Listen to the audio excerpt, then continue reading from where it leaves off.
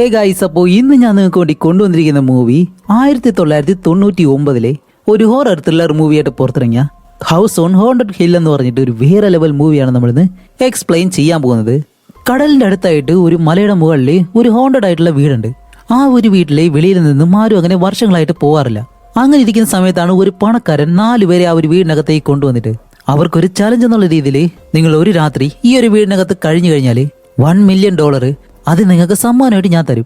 അങ്ങനെ ഈ ഒരു കാര്യം അറിയുന്നത് ആ ഒരു 4 പേര് ഈ വീടിനകത്ത് താമസിക്കാനായിട്ട് തന്നെ തയ്യാറാവുകയാണ്. പക്ഷെ അവർക്ക് അപ്പോഴറിയത്തില്ല ആ ഒരു വീടിനകത്ത് എന്തൊക്കെ കാര്യങ്ങളാണ് ഇനിയുള്ള അമാനുഷികമായിട്ടുള്ള ഒരുപാട് കാര്യങ്ങൾ ആ ഒരു വീട്ടിൽ സംഭവിക്കാൻ പോകുന്നത്. അതുമല്ലാതെ ആ ഒരു പണക്കാരൻ ഈ ഒരു വീടിനകത്ത് വെച്ച് മറ്റൊരു പ്ലാനും കൂടിയുണ്ട്. അതെന്താണെന്നല്ല ഇൻട്രസ്റ്റിംഗ് ആയിട്ട് സ്റ്റോറി പറയുന്ന ഒരു മൂവി. രാത്രി സമയത്താണ് നിങ്ങൾ ഈ ഒരു മൂവി കാണുന്നതെങ്കിൽ എന്തായാലും പേടിക്കാനുള്ള ഒരുപാട് കാര്യങ്ങൾ ഈ ഒരു മൂവിയിലുണ്ട്. ഞാൻ പറയുമ്പോൾ എത്രത്തോളം നിങ്ങൾക്ക് ആ ഒരു ഫീൽ കിട്ടുമെന്ന് എനിക്ക് അറിയത്തില്ല. എന്നിരുന്നാലും മാക്സിമം നല്ലതുപോലെ ആ ഒരു സ്റ്റോറി പറയാനായിട്ട് ശ്രമിക്കാം. അപ്പോൾ സ്റ്റോറിയിലേക്ക് പോകുന്നതിന് മുന്നേ നിങ്ങൾ ഈ ഒരു ചാനൽ ആദ്യമായിട്ടാണ് കാണുന്നതെങ്കിൽ മറക്കാതെ ഒന്ന് സബ്സ്ക്രൈബ് ചെയ്ത് വെച്ചേക്കുക. അതേപോലെ തന്നെ അടുത്തുള്ള ആ ഒരു ബെൽ ഐക്കണും കൂടി ഒന്ന് എനേബിൾ ചെയ്ത് വെച്ചേക്കുക. അപ്പൊ ഇനി എന്തായാലും നമുക്ക് നേരെ സ്റ്റോറിയിലേക്ക് പോവാം. ഈ ഒരു സ്റ്റോറിയുടെ തുടക്കത്തില് ഒരു TV ഷോയില് ഒരു മെന്റൽ അസൈലയുണ്ട്. അതിനകത്ത് കടന്ന ഒരുപാട് കൊടൂരമായിട്ടുള്ള കാര്യങ്ങളെ പറ്റി ആ ഒരു ഷോയിലൂടെ ഇങ്ങനെ പറഞ്ഞുകൊണ്ടിരിക്കുകയാണ്. എന്താണെന്ന് വെച്ചാൽ വർഷങ്ങൾക്ക് മുന്നേ ഒരു ഡോക്ടർ ഉണ്ടായിരുന്നു. ആ ഒരു ഡോക്ടർ ആണെങ്കിൽ കടലിനടുത്തായിട്ട് ഒരു വലിയ ബിൽഡിംഗ് നിർമ്മിച്ചിട്ട് അതൊരു ഹോസ്പിറ്റലാക്കി മാറ്റി ഈ മാനസികമായിട്ടും ബുദ്ധിമുട്ടുള്ളവരെല്ലാം അവിടേക്ക് കൊണ്ടുവന്ന് ചികിത്സിക്കുന്ന ഒരു രീതി. അങ്ങനെയുള്ളവരെ അയാൾ ചികിത്സിച്ച് ഭേദപ്പെടുത്തുന്നത് നമ്മൾ നോക്കിക്കഴിഞ്ഞാൽ അവിടേക്ക് കൊണ്ടുവന്ന അവരെ എല്ലാവരെയും അയാൾ മറ്റെന്തോ പരീക്ഷണങ്ങളും കാര്യങ്ങളൊക്കെ ചെയ്യുന്നുണ്ടായിരുന്നു. അതിലൂടെ ഒരുപാട് പേര് ആ ഒരു സ്ഥലത്ത് വെച്ച് മരിക്കുകയും ചെയ്തു. ഈ ഒരു കാര്യങ്ങളെല്ലാം ഒരു ഡോക്ടർ വീഡിയോ ആയിട്ട് റെക്കോർഡ് ചെയ്യുന്നുണ്ടായിരുന്നു. അങ്ങനെ ഒരു അവസരത്തിൽ അവിടെയുള്ള പേഷ്യൻസ് എല്ലാം എല്ലാവരുടെയും നിയന്ത്രണം വിട്ട് ഈ ഒരു ഡോക്ടറെ കൊല്ലാൻ തുടങ്ങി. അവിടെയുള്ള രോഗികളെല്ലാം കൂടി ചേർന്ന് കൊന്ന് അത് കഴിഞ്ഞ ആ ഒരു ബിൽഡിംഗ് മൊത്തമായിട്ട് തീയിടുകയും ചെയ്യുന്നു. പക്ഷേ മറ്റൊരു കാര്യം എന്താണെന്ന് വെച്ചാല് ആ ഒരു ബിൽഡിംഗ് വിട്ട് ആർക്കും പുറത്തേക്ക് വരാൻ കഴിയത്തില്ല. കാരണം ആ ഒരു രീതിയിൽ പ്രൊട്ടക്ട് ചെയ്തിട്ടാണ് ആ ഒരു ബിൽഡിംഗ് ആ ഒരു ഡോക്ടർ കെട്ടിയിട്ടുള്ളത്. അതുകൊണ്ട് തന്നെ അതിനകത്തുള്ള ആ ഒരു രോഗികളുണ്ടല്ലോ അവരെല്ലാവരും അതിനകത്ത് കിടന്ന് മരിക്കുകയാണ് ചെയ്യുന്നത്. അതുകൊണ്ട് ഇപ്പോഴും ആ ഒരു ബിൽഡിങ്ങിനുള്ളിൽ ആ ഒരു ഡോക്ടറിന്റെ ആത്മാവ് ഉണ്ടാവുമെന്ന് പലരും പറയുന്നുണ്ട്. എന്നല്ല ഈ ഒരു TV ഷോയിലൂടെ ഇങ്ങനെ പറയാണ്. അങ്ങനെ ഈ ഒരു കാര്യങ്ങളെല്ലാം ഒരു പെണ്ണ് അവളുടെ വീട്ടിൽ കിടന്നിട്ട് അങ്ങനെ കാണുന്ന സമയത്താണ് പെട്ടെന്ന് അവൾ ആരെയോ ഫോൺ വിളിക്കുന്നുണ്ട്. അത് വേറെ ആരുമല്ല, അവളുടെ ഭർത്താവാണ്. അവനാണെങ്കിൽ വലിയൊരു പണക്കാരൻ. ഒരുപാട് അമ്യൂസ്മെന്റ് പാർക്ക് ഇങ്ങനെയുള്ള കാര്യങ്ങളൊക്കെ വെച്ചിട്ടുണ്ട്. അങ്ങനെ അയാൾ ഫോൺ എടുത്ത് സംസാരിക്കുമ്പോഴത്തേക്കും ഈ ഒരു സമയത്തും അയാൾ പുതിയൊരു പാർക്ക് അത് ഓപ്പൺ ചെയ്യാനായിട്ട് ഇങ്ങനെ നിൽക്കാണ്. അതിന്റെ ഉദ്ഘാടനമാണെന്ന് തോന്നുന്നു ഈ ഒരു സമയത്ത്. അതുകൊണ്ട് അവൻ ഫോൺ എടുത്തിട്ട് ശരി ഞാൻ പിന്നീട് വിളിക്കാന്ന് പറഞ്ഞ് ഫോൺ കട്ട് ചെയ്തിട്ട് അവിടെയുള്ള ഒരു റിപ്പോർട്ടേഴ്സ് ഉണ്ടല്ലോ അവരോട് ഇങ്ങനെ സംസാരിക്കും. അപ്പൊ ആ ഒരു റിപ്പോർട്ടേഴ്സ് എല്ലാം ചോദിക്കുന്നുണ്ട്, സാർ നിങ്ങൾ പുതുതായിട്ടൊരു അമ്യൂസ്മെന്റ് പാർക്ക് കെട്ടി, ഇതിലെന്താ പ്രത്യേകതയായിട്ടുള്ളത് എന്നെല്ലാം ചോദിക്കുമ്പോൾ അയാൾ പറയും ഞാൻ ഇതിനാ പറയുന്നത് നമുക്ക് എല്ലാവർക്കും ഒരുമിച്ച് തന്നെ കാണാന്ന് പറഞ്ഞിട്ട് അവരെ വിളിച്ച് ഒരു ലിഫ്റ്റ് വഴി മുകളിലേക്ക് ഇങ്ങനെ പോവാണ്. പോകുന്ന സമയത്തോ ആ ഒരു ലിഫ്റ്റ് പകുതിയിൽ വെച്ചിട്ട് പെട്ടെന്ന് വർക്ക് ആവുന്നില്ല. എന്നിട്ട് എന്താ ചെയ്യുന്ന വെച്ചാൽ ആ ഒരു ലിഫ്റ്റിന്റെ നിയന്ത്രണം വിട്ട് അത് പെട്ടെന്ന് തന്നെ താഴേക്ക് ഇങ്ങനെ പോവാണ്. എല്ലാവരും മരിച്ചു എന്നും പറഞ്ഞിട്ട് പേടിച്ചങ്ങനെ നിൽക്കുന്നതും അവർ നിൽക്കുന്നതിന്റെ താഴെ ഒരു ഡിസ്പ്ലേയില് ഈ ഒരു പാർക്കിന്റെ പേര് വന്നിട്ട് ഇവരെല്ലാവരെയും വെൽക്കം ചെയ്യുന്നത് പോലെ ഇങ്ങനെ കാണിക്കുന്നതും അപ്പോഴാണ് മനസ്സിലാവുന്നത് ഇവരെല്ലാവരെയും ട്രിക്ക് ചെയ്യാറുണ്ടെന്ന്. അപ്പൊ ഇതും പുതുതായിട്ടുള്ള റൈഡാണെന്ന് അവർക്ക് മനസ്സിലായി. അപ്പോൾ അവർ റിപ്പോർട്ടേഴ്സ് ഓക്കെ ശരി സാർ എന്നെല്ലാം പറഞ്ഞ് നല്ലതുപോലെ പേടിച്ചിട്ടുണ്ട്. എന്നിട്ട് ചോദിക്കും സാർ അടുത്തത് എന്താണെന്ന് ചോദിക്കുമ്പോൾ ഈ റോളർ കോസ്റ്റർ ഉണ്ടല്ലോ അത് കാണിക്കാന്ന് പറഞ്ഞിട്ട് അതിനകത്തേക്ക് കയറി ഇങ്ങനെ ഇരിക്കുകയാണ്. അങ്ങനെ ഓക്കെ എന്ന് പറഞ്ഞിട്ട് എല്ലാവരും ആ ഒരു റൈഡിൽ കയറിയിട്ട് പോകുന്ന സമയത്താണ് പകുതിയിൽ വെച്ചിട്ട് ഇതിന്റെ ആ ഒരു ട്രാക്ക് ഉണ്ടല്ലോ അത് പെട്ടെന്ന് പകുതിയിൽ വെച്ചിട്ട് പൊട്ടി അങ്ങ് പോകുന്നതും എല്ലാവരും കണ്ടങ്ങ് പേടിച്ചു പോവും. പക്ഷെ പിന്നീടാണ് മനസ്സിലാവുന്നത് ഇവരങ്ങനെ മുകളിലേക്ക് പോയിട്ട് മറ്റൊരു ട്രാക്കിലൂടെ താഴേക്ക് പോകുന്നുണ്ട്. ഈ പൊട്ടിയെന്ന് പറഞ്ഞത് അത് വീണ്ടും ഒന്നിക്കുമ്പോൾ അതും ഇവരെ പറ്റിക്കാനുള്ള മറ്റൊരു ട്രിക്കായിരുന്നു. അങ്ങനെ ഇതെല്ലാം കണ്ട ഒരു റിപ്പോർട്ടേഴ്സും നല്ല രീതിയിൽ ഹാപ്പി ആയിട്ട് അത് കഴിഞ്ഞ ആ ഒരു പണക്കാരൻ ഇപ്പോൾ അവന്റെ ഭാര്യയെ വിളിക്കാണ്. നേരത്തെ എന്താ വിളിച്ചതെന്ന് ചോദിക്കുമ്പോൾ അവൾ പറയും അവളുടെ ബർത്ത്ഡേ അല്ലേന്ന്. അതുകൊണ്ട് തന്നെ എനിക്ക് ബർത്ത്ഡേ ആഘോഷിക്കാൻ വേണ്ടി ഒരു ഡിഫറന്റ് ആയിട്ടുള്ള സ്ഥലത്ത് പോകണം, അതും ഒരു അസൈലം. അങ്ങനെയുള്ള ഒരു സ്ഥലം എനിക്ക് വാടകയ്ക്ക് എടുത്ത് തരണമെന്ന് പറയുമ്പോൾ സത്യത്തിൽ ഇവർ രണ്ടുപേരുടെ റിലേഷൻ അത്ര നല്ല രീതിയിലല്ല പോകുന്നത്. അപ്പോഴേക്കും ആ ഒരു ഭർത്താവാണെങ്കിലും ശരി ചെയ്തു തരാന്നെല്ലാം പറഞ്ഞിട്ട് അത് കഴിഞ്ഞ് ആ ഒരു വീട്ടിലേക്ക് ഇൻവൈറ്റ് ചെയ്യാൻ വേണ്ടി കുറച്ച് പേരുടെ ലിസ്റ്റ് ഈ ഒരു ഭർത്താവിന് ഈ ഒരു പണക്കാരൻ അവന്റെ ഭാര്യ അയച്ചു കൊടുത്തിട്ടുണ്ടായിരുന്നു. ആ ഒരു ലിസ്റ്റ് ഈ ഒരു പണക്കാരൻ നശിപ്പിച്ചിട്ട് ഇവനിപ്പോ മറ്റു ചിലരുടെ പേര് ഇങ്ങനെ അടിക്കുകയാണ്. എന്തിനാണ് വെച്ചാൽ ആ ഒരു ബിൽഡിങ്ങിലേക്ക് കൊണ്ടുപോകാൻ വേണ്ടിയിട്ട് ഇവൻ കുറച്ച് ആളുകളെ തയ്യാറാക്കുന്നുണ്ട്. എന്നിട്ട് മനസ്സിലിങ്ങനെ പറയുന്നുണ്ട് ഇന്നത്തോടെ നിന്റെ കഥ കഴിയാൻ പോവാണ്, അത് കഴിഞ്ഞ് ഞാൻ നല്ല സുഖമായിട്ട് ജീവിക്കുന്നില്ല ഇങ്ങനെ പറയുന്നുണ്ട്. അപ്പൊ ഇവൻ അവിടെ എന്തോ ഒരു കാര്യം ചെയ്യാനായിട്ട് ഉദ്ദേശിക്കുന്നുണ്ട്. അങ്ങനെ അവൻ സന്തോഷത്തോടെ അവിടെ നിന്ന് പോകുന്നതും പെട്ടെന്ന് ആ ഒരു സിസ്റ്റത്തിൽ കാണിക്കുമ്പോൾ ഇവൻ അടിച്ച ആ ഒരു ലിസ്റ്റ് ഉണ്ടല്ലോ അത് പെട്ടെന്ന് മാഞ്ഞു പോയിട്ട് പുതിയൊരു ലിസ്റ്റ് അതിലേക്ക് ഇങ്ങനെ ഓട്ടോമാറ്റിക് ആയിട്ട് വരികയാണ്. ഇതെങ്ങനെയാണ് സംഭവിക്കുന്നതെന്ന് ഇപ്പോഴും നമുക്ക് അറിയത്തില്ല. അങ്ങനെ അത് കഴിഞ്ഞ് കാണിക്കുമ്പോഴത്തേക്കും ഓട്ടോമാറ്റിക് ആയിട്ട് അടിച്ചു വന്ന ആ ഒരു ലിസ്റ്റ് ഉണ്ടല്ലോ ആ ലിസ്റ്റിലുള്ള ആളുകളെല്ലാം കൂടി ചേർന്നിട്ട് ആ ഒരു വലിയ വീട്ടിലേക്ക് ചെല്ലാണ്. വേറെ എവിടെയല്ല സ്റ്റാർട്ടിങ് സീനിൽ ആ ഒരു കടലിനടുത്ത് മലയ്ക്ക് മുകളിലായിട്ട് ഒരു അസൈലം ഉണ്ടായിരുന്നല്ലോ ഒരു ഡോക്ടർ രോഗികളെല്ലാം വെച്ച് ചിത്രവാദം ചെയ്യുന്ന ഒരു സ്ഥലം. അവിടേക്കാണ് ഇവരെല്ലാവരും പോകുന്നത്. അപ്പൊ അന്ന് ആ ഒരു സംഭവം കഴിഞ്ഞതിന് ശേഷം പിന്നീട് വർഷങ്ങളോളം ഈ ഒരു സ്ഥലത്തേക്ക് ആരും വന്നിട്ടില്ല. അപ്പൊ അവിടേക്ക് വരുന്നവരുടെ പേര് ചെറുതാരെന്ന് പറയാം. ഒന്ന് ജെനിഫർ, അതേപോലെ തന്നെ എഡ്ഡി, പിന്നെ മെലിസ, അത് കഴിഞ്ഞിട്ട് ഒരു കണ്ണാടിക്കാരൻ, അവന്റെ പേര് ഡൊണാൾഡ്. അങ്ങനെ ഇവരെല്ലാവരെയും അവിടേക്ക് കൊണ്ടുപോകുന്നത് ആരാണെന്ന് വെച്ചാല് ആ ഒരു മെന്റൽ അസൈലം ഉണ്ടല്ലോ, അതിന്റെ ഇപ്പോഴത്തെ ഓണറാണ്. അങ്ങനെ കാറ് പകുതിയിൽ കൊണ്ട് നിർത്തിയിട്ട് ആ ഒരു ഓണർ പറയും, ശരി ഇനി അങ്ങോട്ട് കാറൊന്നും പോകത്തില്ല, നടന്നു വേണം പോകാനായിട്ട് എന്ന് പറയുമ്പോൾ ഇവരുടെ 4 പേരുടെ സംശയം എന്താണെന്ന് വെച്ചാല് ഞങ്ങളെ 4 പേരെ എന്തിനാണ് ആ ഒരു പണക്കാരൻ ഇവിടേക്ക് കൊണ്ടുവരുന്നത്? സത്യം പറഞ്ഞാൽ ഞങ്ങൾക്ക് അയാൾ അറിയത്തോലുമില്ല എന്നെല്ലാം പറയുമ്പോൾ ഈ ഒരു ഓണർ ചോദിക്കും, അല്ല അയാൾക്ക് നിങ്ങളെ അറിഞ്ഞുകൂടുന്നു? ഓക്കെ, എനിക്ക് എന്താണെന്ന് അറിയത്തില്ല, നിങ്ങളെ ഉള്ളിലേക്ക് കൊണ്ടുപോകുക എന്നുള്ളതാണ് എന്റെ ജോലി എന്ന് പറഞ്ഞ് ഇവരെയും വിളിച്ച് നേരെ അകത്തേക്ക് ഇങ്ങനെ പോവാണ്. അങ്ങനെ അകത്തേക്ക് വരുമ്പോഴത്തേക്കും ഇവരുടെ കൂട്ടത്തിൽ മെലിസ എന്ന് പറഞ്ഞൊരു പെണ്ണുണ്ടല്ലോ, അവളുടെ കയ്യിലാണെങ്കിൽ ക്യാമറയെല്ലാം ഇരിപ്പുണ്ട്. അങ്ങനെ ആ ഒരു ക്യാമറ എടുത്തിട്ട് ഇവിടെയുള്ള കാര്യങ്ങളെല്ലാം അവൾ അങ്ങനെ റെക്കോർഡ് ചെയ്യാണ്. കാണിക്കുമ്പോഴത്തേക്കും മുകളിൽ ഈ ഗ്ലാസ് കൊണ്ട് നിർമ്മിച്ച ഒരു ഭാഗമുണ്ട്. അതാണെങ്കിൽ ഒരുപാട് ഡിസൈനും കാര്യങ്ങളൊക്കെ ഉണ്ട്.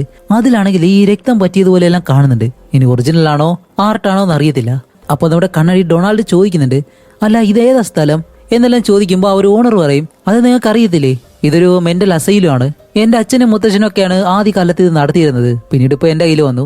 അതേ സമയമാണ് പെട്ടെന്ന് അവിടേക്ക് ആ ഒരു പണക്കാരന്റെ ഭാര്യ ഉണ്ടല്ലോ, അവൾ അവിടേക്ക് വരുന്നത്. അവൾ അവിടേക്ക് വന്നിട്ട് ഇവരെല്ലാവരും കണ്ടിട്ടാണ് പറയുന്നത്, ഹേയ് ഞാൻ ഇൻവൈറ്റ് ചെയ്തത് ഇവരാരല്ലോ, നിങ്ങളൊക്കെ ആരാ നിങ്ങളെ ചോദിക്കുന്ന. അതേ സമയം മുകളിൽ ആ ഒരു ഗ്ലാസ് കൊണ്ട് നിർമ്മിച്ച ആ ഒരു ഭാഗം ഉണ്ടല്ലോ, അത് പെട്ടെന്ന് തന്നെ പൊട്ടിയിട്ട് ഇവളുടെ മുകളിലേക്ക് വന്ന് വീഴുന്നതും അതിനു മുന്നേ തന്നെ നമ്മുടെ എഡ്ഡി ചാടി വീണ ആ ഒരു പെണ്ണെ രക്ഷിക്കുകയാണ്.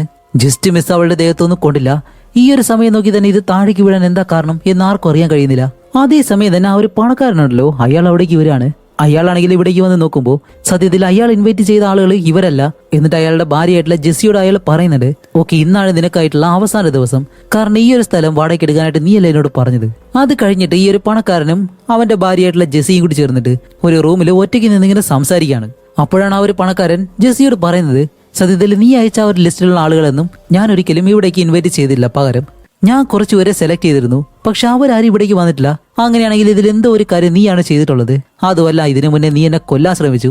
ആ ഒരു കാര്യം എനിക്ക് അറിയാമെന്ന് പറയുമ്പോഴത്തേക്കാണ് നമുക്കൊരു കാര്യം മനസ്സിലാവുന്നത്, ഇവർ തമ്മിൽ നേരത്തെ വഴക്കാണെന്ന് പറഞ്ഞിരുന്നല്ലോ. അതുകൊണ്ട് തന്നെ ഈ ഒരു ഭാര്യ ജെസ്സി ഈ ഒരു പണക്കാരനെ കൊല്ലാനായിട്ട് ശ്രമിച്ചിട്ടുണ്ട്. അതുകൊണ്ടാണ് ഈ ഒരു പണക്കാരനും അവളെ ഇവിടേക്ക് കൊണ്ടുവന്ന് കൊല്ലാനായിട്ട് ശ്രമിക്കുന്നത് പോലെ.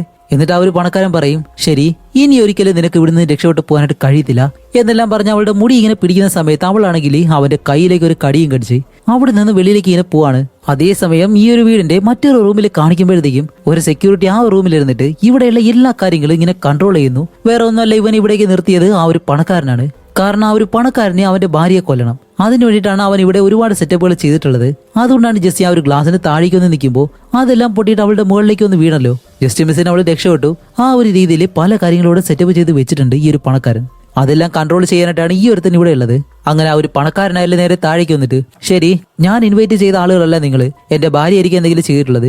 ഓക്കെ അതെന്തോ ആവട്ടെ, നിങ്ങൾ എന്തായാലും ഇവിടേക്ക് വന്നു. ഇവിടെ വന്നു കഴിഞ്ഞാൽ എന്താണ് നടക്കാൻ പോകുന്ന ആ ഒരു ഇൻവൈറ്റ് ലെറ്ററിൽ തന്നെ എഴുതിയിട്ടുണ്ടായിരുന്നു, ഈ ഒരു രാത്രി നിങ്ങൾ പൂർണ്ണമായിട്ട് ഈ ഒരു വീട്ടിൽ നിന്ന് കഴിഞ്ഞാൽ അടുത്ത ദിവസം രാവിലെ $1 മില്യൺ നിങ്ങൾക്ക് സമ്മാനമായിട്ട് കിട്ടും. പക്ഷെ അത് കിട്ടണമെങ്കിൽ മറ്റൊരു കാര്യം കൂടിയുണ്ട്, ഈ ഒരു രാത്രി മുഴുവനായിട്ട് നിങ്ങൾ ഈ ഒരു വീട്ടിൽ സർവൈവ് ചെയ്ത് നിൽക്കണം. കാരണം ഈ ഒരു വീടിനകത്ത് ഒരുപാട് ആപത്തുകൾ ഉള്ളതായിട്ട് എനിക്കറിയാം എന്നും പറഞ്ഞിട്ട് ആ ഒരു ചെക്കെല്ലാം എടുത്ത് ഇങ്ങനെ കാണിക്കുമ്പോഴത്തേക്ക് ഇവർക്ക് വിശ്വാസമായി. ഇത് കേൾക്കുന്ന നമ്മുടെ ഓണർ ഉണ്ടല്ലോ, അയാൾ പെട്ടെന്ന് ഇവിടേക്ക് വന്നിട്ടാണ്, സാർ അതൊരിക്കലും നടക്കത്തില്ല, എനിക്ക് നിങ്ങൾ ഈ ഒരു വാടക മാത്രം തന്നാൽ മതി, നാളെ രാവിലെ വരെ ഇവിടെ നിൽക്കാനെന്ന് എന്നെ കൊണ്ട് കഴിയത്തില്ല, അതുകൊണ്ട് ഞാൻ പോവാണെന്ന് പറയുമ്പോൾ ആ ഒരു പണക്കാരൻ പറയും, ശരി നിങ്ങൾ പോയിക്കോ കുഴപ്പമൊന്നുമില്ല എന്ന് പറയുന്നത്. ആ ഒരു ഓണർ ആയാലും അവിടെ നിന്ന് നടന്ന് വെളിയിലേക്ക് വരുന്ന സമയത്താണ് പെട്ടെന്ന് കാണിക്കുമ്പോൾ ഈ ഒരു വീടിന്റെ ഡോറുകളെല്ലാം ഓട്ടോമാറ്റിക്കായിട്ട് അടയുകയാണ്. എന്താണ് സംഭവിക്കുന്നത് അറിയാൻ കഴിയുന്നില്ല. ഓടി ഡോറിനടുത്തേക്ക് ചെല്ലുമ്പോൾ അത് തുറക്കാൻ കഴിയുന്നില്ല. ജനാല വഴി പൊട്ടിച്ച് വെളിയിലേക്ക് പോകാൻ ശ്രമിക്കുമ്പോൾ അതും കഴിയുന്നില്ല. നല്ല സ്ട്രോങ് ആയിട്ടുണ്ട്. കാരണം വർഷങ്ങൾക്ക് മുന്നേ ഇവിടെ ഉണ്ടായിരുന്ന ആ ഒരു ഡോക്ടർ തന്റെ രോഗികൾ രക്ഷപ്പെട്ട് പോകാതിരിക്കാൻ വേണ്ടിയിട്ടാണ് ഇതുപോലൊരു സിസ്റ്റം ഇവിടെ ചെയ്തു വെച്ചിട്ടുള്ളത്. അതുകൊണ്ട് അതെല്ലാം അത്ര സ്ട്രോങ് ആയിരിക്കും, പെട്ടെന്നൊന്നും തകർത്ത് വെളിയിലേക്ക് പോകാൻ കഴിയത്തില്ല. അപ്പോൾ എന്തായാലും ഒരു കാര്യം മനസ്സിലായി, ഇവർക്കാർക്കും ഇവിടെ നിന്നും ഇപ്പൊ ഈ ഒരു ഗെയിം ഉണ്ടാക്കിയവനും ഇതിൽ കളിക്കാൻ വന്നവനും ആർക്കും ഇവിടെ നിന്ന് വെളിയിലേക്ക് പോകാൻ കഴിയത്തില്ലാന്ന്. അങ്ങനെ ഇനിയിപ്പോ എല്ലാവരും എങ്ങനെ പുറത്തിറങ്ങും എന്നാലോചിച്ചിട്ട് എല്ലാവരും ആ ഒരു ഓണറിന്റെ പുറകെയാണ് നടക്കുന്നത്. കാരണം അവന്റെ സ്ഥലമല്ലേ. അപ്പൊ ആ ഒരു ഓണർ പറയും, ശരി വർഷങ്ങൾക്ക് മുന്നേ ഇവിടെ ഒരു ഫയർ ആക്സിഡന്റ് സംഭവിച്ചു, അതിൽ ഒരുപാട് പേര് ഇതിനകത്ത് വെച്ച് മരിച്ചുപോയി. പക്ഷെ അന്ന് ഇവിടെ നിന്ന് രക്ഷപ്പെട്ടു പോയത് വെറും 5 സ്റ്റാഫുകൾ മാത്രമാണ്. അവര് പോയതിന് ശേഷം ഈ ഒരു വീട്ടിലേക്ക് വേറെ ആരും വന്നിട്ടില്ല. കാരണം ഈ ഒരു വീടിന് ജീവനുണ്ടെന്നാണ് എല്ലാവരും പറയുന്നത്. ഒരുപാട് പേര് ഇതിനകത്ത് വെച്ച് കൊന്നില്ലേ, അതുകൊണ്ട് ഈ ഒരു വീടാണ് അത് ചെയ്തതെന്നാണ് എല്ലാവരും വിശ്വസിച്ച് വെച്ചിരിക്കുന്ന ആ ഒരു കഥ. അതുമല്ല ആ ഒരു പണക്കാരനായാലും പറഞ്ഞില്ലേ, നിങ്ങളെല്ലാം ഇവിടേക്ക് ഇൻവൈറ്റ് ചെയ്തത് അയാൾ ഇൻവൈറ്റ് ചെയ്തത് വേറെ ആരെയാണെന്ന്. അങ്ങനെയാണെങ്കിൽ നിങ്ങളെല്ലാവരെയും മാറ്റി ഇവിടേക്ക് കൊണ്ടുവന്നതും ഈ ഒരു വീടായിരിക്കണം എന്നെല്ലാം പറയുമ്പോഴത്തേക്കാണ് ഇവർക്കെല്ലാവർക്കും നല്ല രീതിയിൽ പേടിയാവുന്നത്. അപ്പോൾ നമ്മുടെ എഡ്ഡി ആണെങ്കിലും ഫോൺ എടുത്തിട്ട് ഹെൽപ്പിന് വേണ്ടി ആരെങ്കിലും വിളിക്കാൻ ശ്രമിക്കുമ്പോൾ നെറ്റ്വർക്ക് കിട്ടുന്നില്ല. അതുകൊണ്ട് എല്ലാവരും ഇവിടെ തന്നെ കഴിയണമെന്ന് പറഞ്ഞു നിൽക്കുമ്പോൾ ജെസ്സി ഉണ്ടല്ലോ, അവൾ ഇവിടുന്ന് വെളിയിലേക്ക് ഇറങ്ങി വന്നിട്ടാണ് ഇതെല്ലാം ആരാണ് ചെയ്യുന്നതെന്ന് എനിക്കറിയാം, എന്റെ ഭർത്താവില്ലേ അവനാണ്, അത് എന്നെ കൊല്ലാൻ വേണ്ടി എന്നെല്ലാം ഇങ്ങനെ പറയുമ്പോൾ ആ ഒരു പണക്കാരൻ പെട്ടെന്ന് ഞാൻ ഒരിക്കലും ഇതൊന്നും ചെയ്തിട്ടില്ല, അല്ല ഞാനിതിനെ അങ്ങനെയല്ല ചെയ്യുന്നേ എന്നെല്ലാം പറഞ്ഞ് അവൻ നിൽക്കുമ്പോൾ സൈഡിലായിട്ട് ഒരു വലിയ പെട്ടിയുണ്ട്. അത് ചെന്ന് എല്ലാവരും തുറന്നു നോക്കുമ്പോഴത്തേക്ക് അതിനകത്ത് 1-2 തോക്കുകളുണ്ട്. അപ്പൊ അതിൽ നിന്നും ജെസ്സി ഒരു തോക്കെടുത്തിട്ട് അവളുടെ ഭർത്താവിന്റെ ആ ഒരു പണക്കാരനുണ്ടല്ലോ അവന്റെ നേരെ ഇങ്ങനെ ചൂണ്ടിയിട്ടാണ് ഷൂട്ട് ചെയ്യുന്നത് പോലെ ഇങ്ങനെ വന്ന് പെട്ടെന്ന് ആ ഒരു തോക്കെടുത്ത് എഡ്ഡിയുടെ കയ്യിലേക്ക് കൊടുക്കും. ഓക്കെ, ഇനിയിപ്പോ എന്ത് ചെയ്യുന്ന എല്ലാവരും ഇങ്ങനെ ചോദിക്കുമ്പോഴത്തേക്കാണ് ആ ഒരു ഓണർ പറയുന്നത്, ശരി ഇതിന് താഴെ ഒരു ബേസ്മെന്റ് ഉണ്ട്, അവിടെയാണെങ്കിൽ ഇതിന്റെ കൺട്രോൾ സിസ്റ്റം എല്ലാം ഉണ്ടെന്നാണ് ഞാൻ കേട്ടത്, എനിക്കറിയത്തില്ല, ഞാൻ ഇതുവരെ അവിടെ പോയിട്ടില്ല, നമുക്കെല്ലാം പോവാന്ന് പറഞ്ഞിട്ട് നമ്മുടെ ഹീറോ എഡ്ഡി ഹീറോയിനെ എന്തായാലും നമുക്ക് സാറാന്ന് വിളിക്കാം, അതായിരിക്കും കുറച്ചുകൂടി നല്ലത്. അപ്പോൾ നമ്മുടെ ഹീറോയിൻ സാറ, എഡ്ഡി, ആ ഒരു ഓണർ, ഇവര് 3 പേരായിട്ട് ഈ ഒരു ബേസ്മെന്റിലേക്ക് നടന്നു പോവാണ്. പോകുന്ന വഴിക്ക് തന്നെ പേടിപ്പെടുത്തുന്ന രീതിയിൽ ഒരുപാട് ശില്പങ്ങൾ, അതേപോലെ തന്നെ ആ ഒരു റൂമും സ്ഥലങ്ങളെല്ലാം കാണുമ്പോൾ തന്നെ നല്ലതുപോലെ പേടിയാവുന്നുണ്ട്. അങ്ങനെ ഇതെല്ലാം കണ്ട് പേടിച്ച് താഴേക്ക് നടന്നു പോകുന്ന സമയത്താണ് പെട്ടെന്ന് ആ ഒരു സീലിംഗിന്റെ ഭാഗം ഉണ്ടല്ലോ അത് ഇളകി ഇവരുടെ മുകളിലേക്ക് വീഴായിട്ട് വരുന്നത്. നമ്മുടെ എഡ്ഡി എന്താ ചെയ്യുന്നത് വെച്ചാൽ സാറയെ പിടിച്ച് മുകളിലേക്കാക്കി അവളെ അങ്ങ് രക്ഷിക്കുകയാണ്. പക്ഷെ അപ്പോഴാണ് നമുക്ക് മറ്റൊരു കാര്യം മനസ്സിലാവുന്നത്, സത്യത്തിൽ ഈ ഒരു കാര്യങ്ങളെല്ലാം ചെയ്യുന്നത് ആ ഒരു റൂമിനകത്ത് ഒരു സെക്യൂരിറ്റി ഇരിപ്പുണ്ടല്ലോ, നമ്മുടെ പണക്കാരൻ ഏർപ്പാടാക്കിയ അവനാണ് ഈ ഒരു കാര്യങ്ങളെല്ലാം ചെയ്യുന്നത്. സത്യം പറഞ്ഞാല് ഈ ഒരു പണക്കാരന്റെ ഭാര്യയെ കൊല്ലാൻ വേണ്ടിയിട്ടാണ് ഇവൻ ഇതെല്ലാം സെറ്റപ്പ് ചെയ്തിട്ടുള്ളത്. പിന്നെ ഇവരെ വെറുതെ പേടിപ്പിക്കാൻ വേണ്ടി ഈ ഒരു കാര്യങ്ങളെല്ലാം ഇവൻ ഇപ്പൊ ചെയ്യുന്നത് മാത്രം. അതേസമയം ആ ഒരു പണക്കാരനാണെങ്കിലും പെട്ടെന്ന് ആ ഒരു സെക്യൂരിറ്റി ഇരിക്കുന്ന റൂമിലേക്ക് കയറി വന്നിട്ട്, ഏയ് നീ എന്തിനാ ഈ ഒരു വീട് മൊത്തത്തിൽ ലോക്ക് ചെയ്തത്, അത് ഞാൻ നിന്നോട് പറഞ്ഞില്ലല്ലോ എന്ന് പറയുമ്പോഴത്തേക്കും അയാൾ പറയും, ഏയ് സാർ ഞാൻ അങ്ങനെയൊന്നും ചെയ്തിട്ടില്ല, അതെങ്ങനെയാണ് സംഭവിച്ചത് എനിക്കറിയത്തില്ല, നിങ്ങൾ പറഞ്ഞ കാര്യങ്ങൾ മാത്രമേ ഞാൻ ചെയ്യുന്നുള്ളൂ, അവരെ പേടിപ്പിക്കാൻ പറഞ്ഞു അതെല്ലാം ഞാൻ ചെയ്യുന്നുണ്ട് എന്നെല്ലാം പറയുമ്പോഴത്തേക്കും ആ ഒരു പണക്കാരനായാലും മനസ്സിലാവുന്നില്ല ഇതെങ്ങനെയാണ് സംഭവിച്ചതെന്ന്. അപ്പൊ ആ ഒരു പണക്കാരൻ പറയും, ശരി അങ്ങനെയാണെങ്കിൽ എന്റെ ഭാര്യയായിരിക്കും ഇതെല്ലാം ചെയ്തത് എന്നും പറഞ്ഞിട്ട് അതും വിശ്വസിച്ച് ഇയാൾ നേരെ താഴേക്ക് വരാണ്. അതേസമയം ഈ ഒരു ബേസ്മെന്റ് അന്വേഷിച്ച് താഴേക്ക് പോയ 3 പേരുണ്ടല്ലോ അവരുടെ മുന്നിലേക്ക് ഈ ഒരു പണക്കാരൻ വന്നങ്ങനെ നിൽക്കുന്നതും അവർ 3 പേര് പെട്ടെന്ന് അങ്ങ് പേടിച്ചുപോയി. ശരി ആ ഒരു റൂം കണ്ടുപിടിച്ചോ എന്ന് ചോദിച്ചിട്ട് ആ ഒരു ഭാഗത്തെല്ലാം ഇങ്ങനെ നോക്കുമ്പോഴത്തേക്കാണ് അവിടെ പൊളിഞ്ഞ ഒരു ചുമരിങ്ങനെ കാണുന്നത്. ആ ഒരു ചുമരിന്റെ അപ്പുറത്തായിട്ട് ഏതോ ഒരു റൂമുണ്ട്, അതിന്റെ ഡോറ് നല്ലതുപോലെ കാണാൻ കഴിയുന്നുണ്ട്. ഓക്കെ, ഇതായിരിക്കും ആ ഒരു കൺട്രോൾ റൂം എന്നിങ്ങനെ പറയുമ്പോൾ ആ ഒരു ഓണർ പറയും, ഇതൊന്നുമല്ല, അത് മറ്റെവിടെയാണ്, നമുക്ക് എന്തായാലും ഇത് കണ്ടുപിടിച്ചേ പറ്റുള്ളൂ എന്നും പറഞ്ഞിട്ട് ഇവര് വീണ്ടും അത് അന്വേഷിക്കുന്ന പോകുമ്പോഴത്തേക്കും ഇവിടെ കാണിക്കുമ്പോൾ ആ ഒരു മെറ്റൽ ഡോറിൽ നിന്നും അങ്ങനെ രക്തം താഴേക്ക് വീഴുന്നു. അതുമല്ലാതെ അതിനടുത്തായിട്ട് എന്തോ ഒരു ഷാഡോ ഇങ്ങനെ കാണുന്നുണ്ട്. അപ്പൊ എന്തായാലും ഇവിടെ അമാനുഷികമായിട്ടുള്ള ഒരു കാര്യമുണ്ട് എന്ന് കാണുന്നത് നമുക്ക് മനസ്സിലായി. പക്ഷെ അവർക്ക് ഇതുവരെയും ആ ഒരു കാര്യം മനസ്സിലായിട്ടില്ല. അങ്ങനെ അത് കഴിഞ്ഞിട്ട് ഇവരെല്ലാവരും മറ്റൊരു റൂമിലേക്ക് വരുമ്പോഴത്തേക്കും ഇവിടെ വെച്ചാണ് ആ ഒരു രോഗികൾക്കെല്ലാം ഇലക്ട്രിക് ഷോക്കും മറ്റു കാര്യങ്ങളൊക്കെ കൊടുക്കുമല്ലോ ആ ഒരു സ്ഥലം, അതേപോലെ തന്നെ ഒരു ചേംബറും ഉണ്ട്. അപ്പൊ ഈ ഒരു ചേംബറിനുള്ളിലാണ് രോഗികളെല്ലാം ഇവിടെ മുന്നേ ഉണ്ടായിരുന്ന ആ ഒരു ഡോക്ടർ അടച്ചിട്ടിട്ട് അതിങ്ങനെ സ്റ്റാർട്ട് ചെയ്യുന്നതും അതിനകത്തുള്ള എന്തൊക്കെയോ കാര്യങ്ങൾ കണ്ട് ആ ഒരു രോഗികളുടെ അസുഖം മാറ്റാൻ വേണ്ടിയിട്ടാണോ അതോ അവരെ പരീക്ഷിക്കാൻ വേണ്ടിയിട്ടാണോ ചെയ്യുന്നതെന്ന് അറിയത്തില്ല. അതുപോലെ യൂസ് ചെയ്യുന്ന ഒരു ചേംബറാണിത്. അങ്ങനെ അവിടെ ചെന്നിട്ട് അവർക്ക് അത് കണ്ടുപിടിക്കാൻ കഴിയാത്തത് കൊണ്ട് ഇവരിപ്പോ 2 ആയിട്ട് പിരിഞ്ഞുവാണ്. നമ്മുടെ പണക്കാരനും ആ ഒരു ഓണറും അവര് 2 പേരും, അതേപോലെ തന്നെ നമ്മുടെ ഹീറോ എഡ്ഡിയും സാറയും. അങ്ങനെ നമ്മുടെ സാറയും എഡ്ഡിയും മറ്റൊരു റൂമിലേക്ക് വന്നിട്ട് സാറയാണെങ്കിൽ എന്തോ ഒരു വയറെല്ലാം കണ്ടുപിടിച്ച് അത് കണക്ട് ചെയ്ത് നോക്കുമ്പോൾ ആ ഒരു റൂമിൽ ലൈറ്റ് എല്ലാം ഇങ്ങനെ തെളിയുന്നു.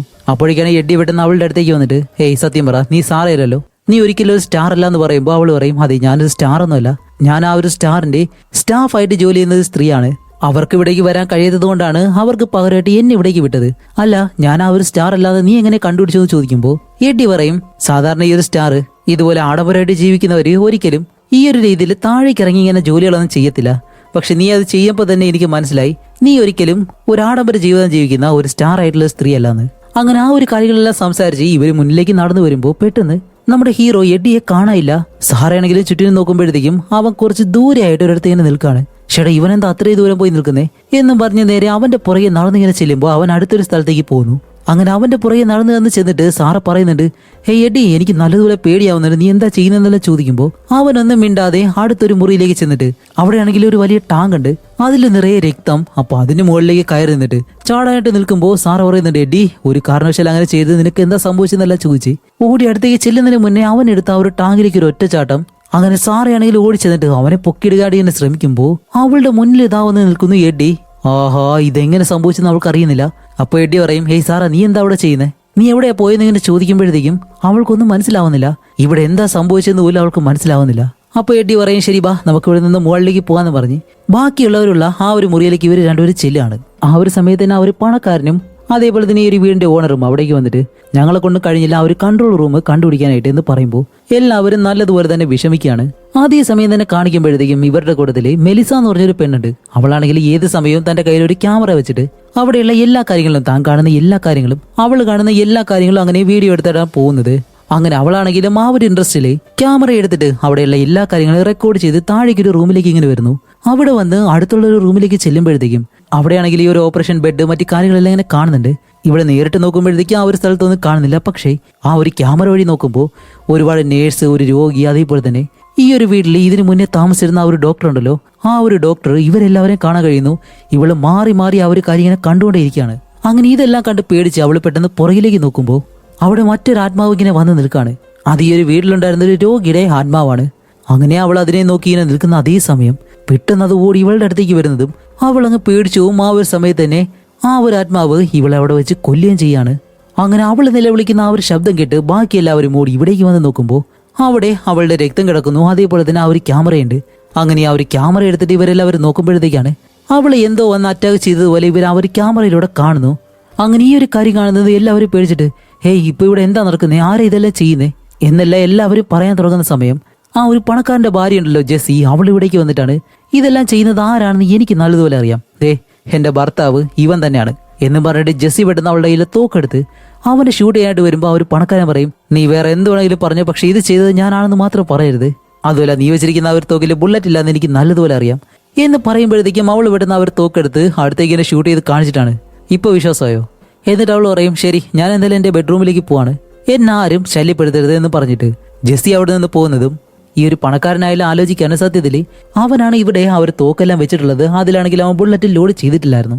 പക്ഷെ ഇതെങ്ങനെ ഇപ്പൊ സംഭവിച്ചെന്ന് ആലോചിച്ചിട്ട് അവനും ആകെ ടെൻഷൻ അടിച്ച് അവിടെ ഒരു സെക്യൂരിറ്റി ഓപ്പറേറ്റർ ഉണ്ടല്ലോ, അവനുള്ള ആ ഒരു റൂമിലേക്ക് ചെന്ന് നോക്കുമ്പോഴത്തേക്കും ആ ഒരു റൂമിൽ അവൻ മരിച്ചു കിടക്കുന്നു. അത് കൊടൂരമായിട്ട് അവന്റെ മുഖമെല്ലാം ഒരു വല്ലാത്ത രീതിയിൽ കീറി വെച്ച് അവനെ കൊന്നിട്ടേക്കാണ്. അങ്ങനെ ആ ഒരു പണക്കാരനായാലും അവിടെയുള്ള ആ ഒരു CCTV ക്യാമറയിലൂടെ അവന്റെ ഭാര്യ കിടക്കുന്ന ആ ഒരു റൂമിൽ നോക്കുമ്പോൾ അതിനകത്തേക്ക് ഇവിടെയുള്ള ആ ഒരു ഡോക്ടറിന്റെ ഗോസ്റ്റ് ഉണ്ടല്ലോ, അയാൾ നടന്ന് കയറുന്നത് പോലെ ഇങ്ങനെ കാണാണ്. ഇതും കൂടി കണ്ട് ഇവൻ നല്ലതുപോലെ പേടിച്ചു പോകും. അതേസമയം ഇവിടെ നമ്മുടെ എഡ്ഡിയും സാറയും ആ ഒരു ജനാല എങ്ങനെയും തുറക്കാൻ വേണ്ടി ശ്രമിച്ചുകൊണ്ടിരിക്കുകയാണ്. പക്ഷെ അവരെ കൊണ്ട് കഴിയുന്നില്ല. മറ്റൊരിടത്ത് കാണിക്കുമ്പോഴത്തേക്കും ഇവരുടെ കൂടുതലുള്ള ഒരു കണ്ണാടി ഉണ്ടല്ലോ, അവനാണെങ്കിൽ ഒരു ടോർച്ച് അടിച്ച് അടുത്തുള്ള റൂമിലേക്കെല്ലാം ഇങ്ങനെ വന്ന് നോക്കുന്ന സമയത്ത് പെട്ടെന്ന് അടുത്തൊരു റൂമിൽ എന്തോ ഒരു ശബ്ദം കേൾക്കുന്നു. ഓടി അവിടേക്ക് ചെന്ന് നോക്കുമ്പോൾ നമ്മുടെ പണക്കാരന്റെ ഭാര്യ ഉണ്ടല്ലോ ജെസ്സി, അവളെ അവിടെ ഉള്ള ഒരു ബെഡിൽ കെട്ടിയിട്ടിട്ട് നല്ലതുപോലെ ഷോക്ക് കൊടുക്കാണ്. ഇതെല്ലാം കണ്ട് ഇവരെല്ലാവരും ഓടി അവിടേക്ക് വന്നിട്ട് അവളെ രക്ഷിക്കാൻ ശ്രമിക്കുന്നുണ്ട്. പക്ഷെ ഇവർക്കത് എങ്ങനെ ഓഫ് ചെയ്യണമെന്ന് അറിയത്തില്ല. എല്ലാവരും പലയിടത്തായിട്ട് ഇങ്ങനെ നോക്കുമ്പോൾ നമ്മുടെ സാറ് എങ്ങനെയോ അതിന്റെ സ്വിച്ച് കണ്ടുപിടിച്ചിട്ട് പെട്ടെന്ന് അത് ഓഫ് ചെയ്യുന്നതും ജെസ്സിയെ രക്ഷിക്കാൻ ശ്രമിക്കുമെന്ന് ഇവർ വിചാരിച്ചു കഴിഞ്ഞാൽ അതിന് മുന്നേ തന്നെ ജെസ്സി മരിച്ചു കഴിഞ്ഞു. അതുകൊണ്ട് ഇവർക്കൊന്നും ചെയ്യാൻ പറ്റാത്തൊരവസ്ഥയിൽ ഇങ്ങനെ നിൽക്കുകയാണ്. അങ്ങനെ ഇത് കാണുന്ന ആ ഒരു പണക്കാരൻ പെട്ടെന്ന്, അപ്പോൾ നിങ്ങളെല്ലാവരും കൂടി ചേർന്നിട്ട് എന്റെ ഭാര്യയെ കൊല്ലുമായിരുന്നു, എന്തിനങ്ങനെയെല്ലാം ചെയ്തതെന്ന് ചോദിക്കുമ്പോഴത്തേക്ക് ഇവർ പെട്ടെന്ന് തിരിച്ചു ചോദിക്കും, അല്ല ഇവിടെ വന്ന സമയം മുതലേ നീ പറയുന്നുണ്ടായിരുന്നു നിന്റെ ഭാര്യയെ കൊല്ലാൻ വേണ്ടിയിട്ടാണ് നീ ഇതെല്ലാം ചെയ്യുന്നതെന്ന്. നിന്റെ ഭാര്യയുടെ അവസാന ദിവസമാണ് അവൾ എന്തൊക്കെയോ ചെയ്യാൻ പോകുന്നത്. അങ്ങനെയാണെങ്കിൽ നീ തന്നെയാണ് നിന്റെ ഭാര്യയെ കൊന്നിട്ടുള്ളത് എന്നെല്ലാം പറഞ്ഞ് നമ്മുടെ സാറുണ്ടല്ലോ അവളുടെ കയ്യിലുള്ള ഒരു തോക്കെടുത്തിട്ട് ഇവന്റെ നേരെ ഇങ്ങനെ നീട്ടി ഈ പണക്കാരനെ ഷൂട്ട് ചെയ്യാനായിട്ട് ഇങ്ങനെ വരുന്നതും പണക്കാരൻ തിരിച്ച് അവളെ ഷൂട്ട് ചെയ്യാൻ വരുമ്പോൾ അതിനു മുന്നേ നമ്മുടെ എഡ്ഡി ചാടി വീണിട്ട് അവന്റെ താഴേക്ക് തള്ളിയിട്ട് അവന്റെ കയ്യിലുള്ള ഒരു തോക്കുണ്ടല്ലോ അതങ്ങ് പിടിച്ചു വാങ്ങാണ്. എന്നിട്ട് എഡ്ഡിയും ബാക്കിയുള്ളവരും ആ ഒരു പണക്കാരനെ അവിടെയുള്ള ഒരു ചേമ്പർ ഉണ്ടല്ലോ അതിനുള്ളിലേക്ക് പിടിച്ചിട്ടിട്ട് അത് നല്ലതുപോലെ ക്ലോസ് ചെയ്ത് അവിടെയുള്ള ഒരു കണ്ണാടി അവനോട് പറയും, ശരി നീ ഇവിടെ തന്നെ വെയിറ്റ് ചെയ്യ്, ഞങ്ങൾ പോയിട്ട് ഇവിടെ നിന്ന് രക്ഷപ്പെട്ട് പോകാനായിട്ട് ഏതെങ്കിലും വഴിയുണ്ടോ എന്ന് നോക്കിയിട്ട് വരാമെന്ന് പറഞ്ഞ് ഒരുത്തനെ മാത്രം അവിടെ നിർത്തിയിട്ട് ബാക്കി 3 പേരും അടുത്ത സ്ഥലങ്ങളിലേക്ക് ഇങ്ങനെ പോവാണ്. അതേസമയം എല്ലാവരും ഇവിടെ നിന്ന് പോയതിനു ശേഷമാണ് ആ ഒരു കണ്ണാടി ഇപ്പോൾ ഒരു കാര്യം ചെയ്യുന്നത്.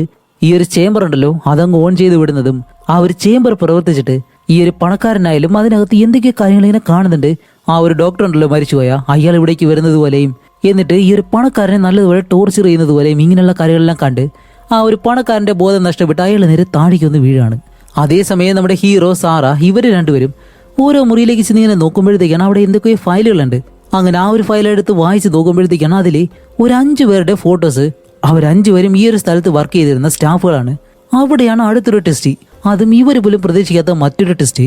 ഇവിടെ നിന്ന് രക്ഷപ്പെട്ടു പോയ ആ ഒരു 5 സ്റ്റാഫുകളുണ്ടല്ലോ അവരുടെ എല്ലാവരുടെയും റിലേറ്റീവ്സ് ആണ്. ഇവിടെ വന്നിരിക്കുന്ന ആ ഒരു 5 പേര് ആ ഒരു കണ്ണാടിയില്ല, ബാക്കി 5 പേരും അടുത്ത റിലേറ്റീവ്സ് അല്ലെങ്കിലും ഏതൊക്കെയോ വകയിൽ അവരെല്ലാവരും ബന്ധുക്കളാണ്.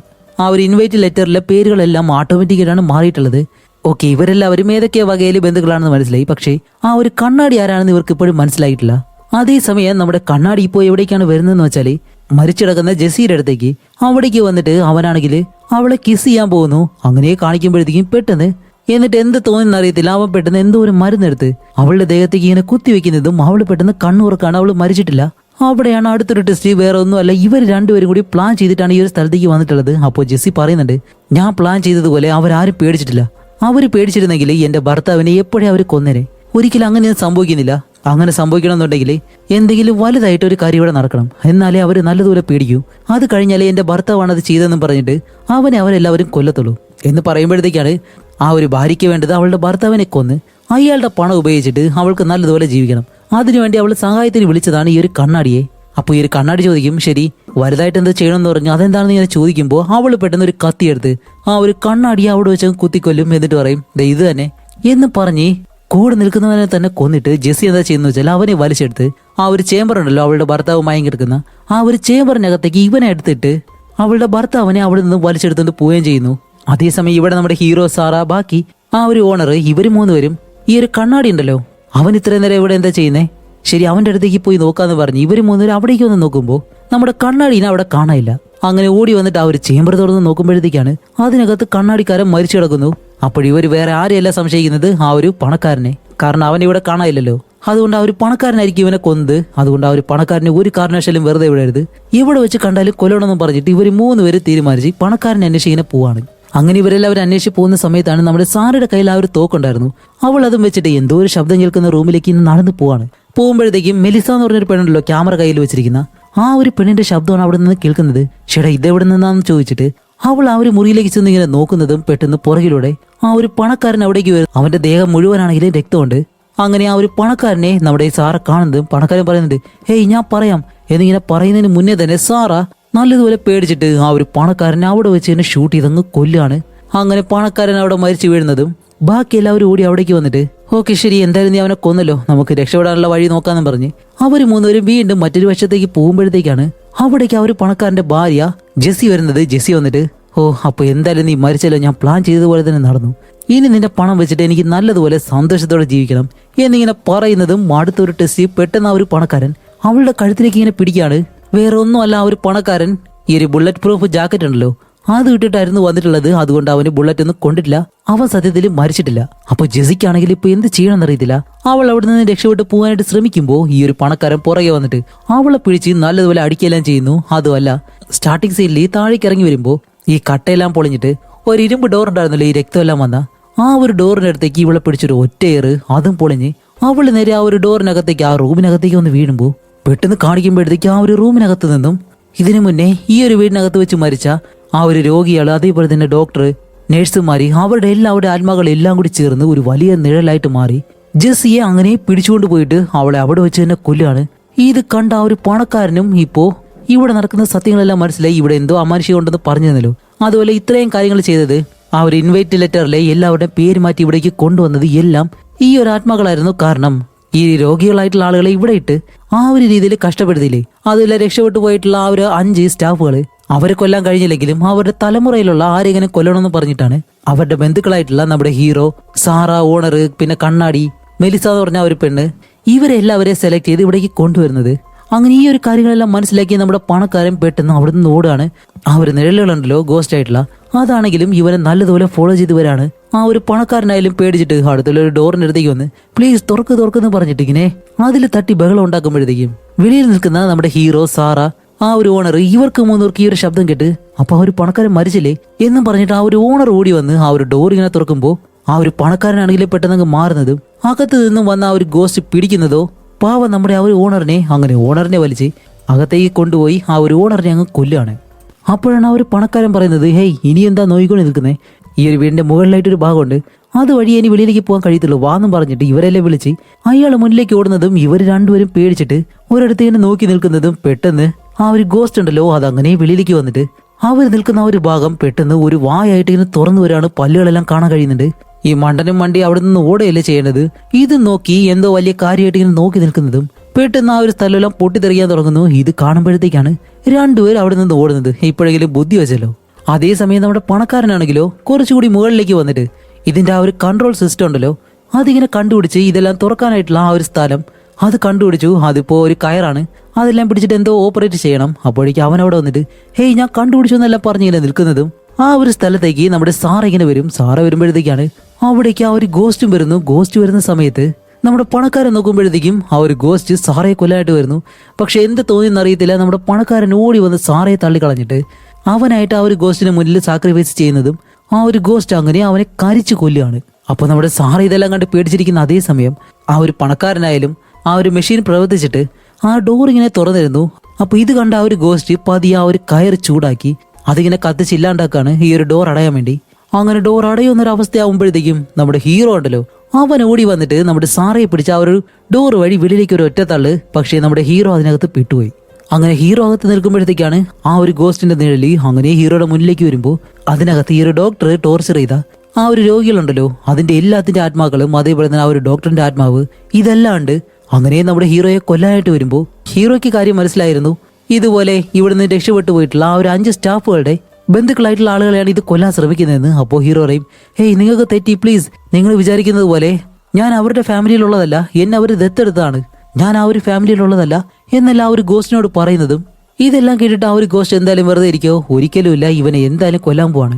അങ്ങനെ അത് കൊല്ലാന്നുള്ള രീതിയിൽ എഴുന്നേറ്റ് ഇങ്ങനെ നിൽക്കുന്നതും പെട്ടെന്ന് ആ ഒരു സ്ഥലത്തേക്ക് ആ ഒരു ഓണറിന്റെ ആത്മാവുണ്ടല്ലോ അവൻ അങ്ങനെ വന്നിട്ട് ആ ഒരു കയറ് പിടിച്ച് വലിക്കുമ്പോഴത്തേക്കും ഈ ഒരു ഡോറ് വീണ്ടും തുറക്കുകയാണ്. ഈ ഒരു ഗ്യാപ്പിൽ നമ്മുടെ ഹീറോ പെട്ടെന്ന് ആ ഒരു ഡോർ വഴി വെളിയിലേക്ക് ഇറങ്ങുന്നു. എന്തായാലും ആ ഒരു ഓണറിന്റെ ആത്മാവിന് നല്ല മനസ്സാണ്, ഇത്രയെങ്കിലും ചെയ്തല്ലോ. അങ്ങനെ നമ്മുടെ ഹീറോ വെളിയിലേക്ക് വരുന്നതും ആ ഒരു ഓണറിന്റെ ആത്മാവ് ആ ഒരു ഡോർ അങ്ങ് മൂടുകയും ചെയ്യാണ്. അയാളെ കൊണ്ട് രക്ഷപ്പെടാൻ കഴിഞ്ഞില്ല. ഇവരെങ്കിലും രക്ഷപ്പെട്ടെ എന്ന് വിചാരിച്ചായിരിക്കും അതെല്ലാം ചെയ്തത്. അതുമല്ല, ഇപ്പോൾ വെളിയിലിറങ്ങുമ്പോൾ അടുത്ത ദിവസം രാവിലെയായി. വെളിച്ചമുള്ളത് കൊണ്ട് ആ ഒരു ഗോസ്റ്റിന് വെളിയിലേക്കും വരാൻ കഴിയത്തില്ല. അങ്ങനെ രക്ഷപ്പെട്ടു എന്നും പറഞ്ഞിട്ട് രണ്ടുപേരും അങ്ങനെ ഇരിക്കുമ്പോഴത്തേക്കാണ് ആ ഒരു ഡോറിനടിയിലൂടെ എന്തോ ഒരു കവർ ഇങ്ങനെ വരുന്നു. അത് നമ്മുടെ ഹീറോ എടുത്ത് നോക്കുമ്പോഴത്തേക്കാണ് ആ ഒരു $1 മില്യൺ ചെക്ക് ഉണ്ടല്ലോ അതാണ് ഇവരുടെ മുന്നിലിരിക്കുന്നത്. ഇത് കാണുന്നത് ഇവർക്ക് രണ്ടുപേർക്കും സന്തോഷമായി. കാരണം ആ ഒരു പണം എന്തായാലും ഇവർക്ക് കിട്ടി. ഓക്കെ, ഇനി അത് വെച്ചത് ആ ഒരു പണക്കാരന്റെ ആത്മാവായിരിക്കും. മരിച്ചു കഴിഞ്ഞിട്ട് അങ്ങേർക്ക് എന്തിനാ ആ ഒരു പണം? എന്തായാലും പേടിപ്പെടുത്താനായിട്ട് കുറെ ആത്മാക്കൾ ഉണ്ടെങ്കിലും നല്ല കാര്യം ചെയ്യാനായിട്ട് 1-2 ആത്മാക്കളുണ്ടെന്ന് എന്തായാലും മനസ്സിലായി. അങ്ങനെ അതും വെച്ചിട്ട് ഇവര് രണ്ടുപേരും രക്ഷപ്പെട്ടു എന്ന് പറഞ്ഞ് സന്തോഷിങ്ങനെ ഇരിക്കുമ്പോൾ കുറച്ച് ദൂരെ നിന്ന് ഈ ഒരു ബിൽഡിംഗ് കാണിക്കുമ്പോഴത്തേക്കാണ് മറ്റൊരു കാര്യം. ഇവർക്ക് പെട്ടെന്ന് എന്തായാലും താഴേക്കിറങ്ങാൻ കഴിയത്തില്ല. ഇപ്പൊ ഇവർ ഇറങ്ങിയത് ഏത് വഴിയാണോ അതുവഴിയേ ഈ ഒരു ബിൽഡിങ്ങിന് താഴേക്കിറങ്ങാൻ കഴിയൂ. അങ്ങനെ ഇവർ താഴേക്കിറങ്ങുന്ന സമയത്ത് ഇവരുടെ അവസ്ഥ ഇനി എന്താവും നമുക്കറിയത്തില്ല. അതോടെ ഈ ഒരു മൂവി എന്തായാലും ഇവിടെ വെച്ച് അവസാനിപ്പിക്കുകയാണ്. എന്തായാലും ഇൻട്രസ്റ്റിംഗ് ആയിട്ടുള്ള ഒരു ഫാന്റസി ഹൊറർ മൂവിയായിട്ട് നിങ്ങൾക്ക് തോന്നിയിട്ടുണ്ടെങ്കിൽ നിങ്ങളുടെ അഭിപ്രായം എന്തായാലും ഒന്ന് കമന്റ് ചെയ്തേക്കുക.